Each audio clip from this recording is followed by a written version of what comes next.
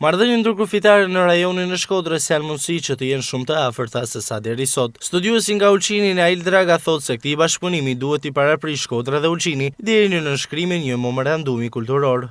Nëse në të kaluarën në kohën e monizmit kanë ekzistuar pengesat objektive dhe subjektive, me rastin e miratimit të pluralizmit nuk ka pengesat e bashkëpunimit mes Shkodrës dhe Ulqinit. Por fillimisht me këtë, në mes dy bashkive duhet të hartohet një program pune dhe të shënohet të përgatitet një memorandum i bashkëpunimit kulturor, e jo vetëm kulturor mes Shkodrës e Ulqinit.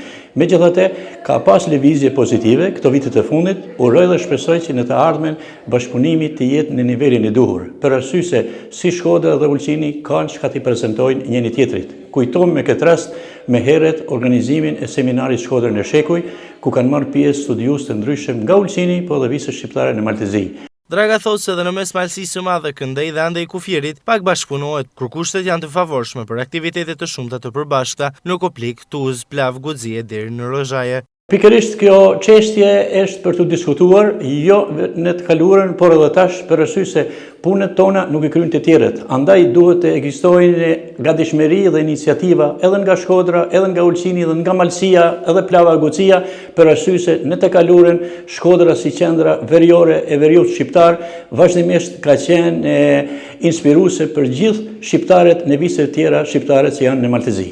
Ndërsa sa i përket ardhes në fundjavë, sidomos të shumtë qytetarë nga Podgorica në Shkodër për nevoja tregtare, Draga vlerëson pozitiv këtë fakt. Unë mendoj se kjo është vazhdimsi e një trashëgimie kulturore në të kaluarën, për arsye se të moshurit majnë mend Shkodrën si qendër të rëndësishme tregtare edhe në kohën e mbretërisë shqiptare, të cilët në të kohë kanë ardhur nga Podgorica dhe vizë të tjera të Malit të Zi të tregtojnë dhe të banojnë në Shkodër.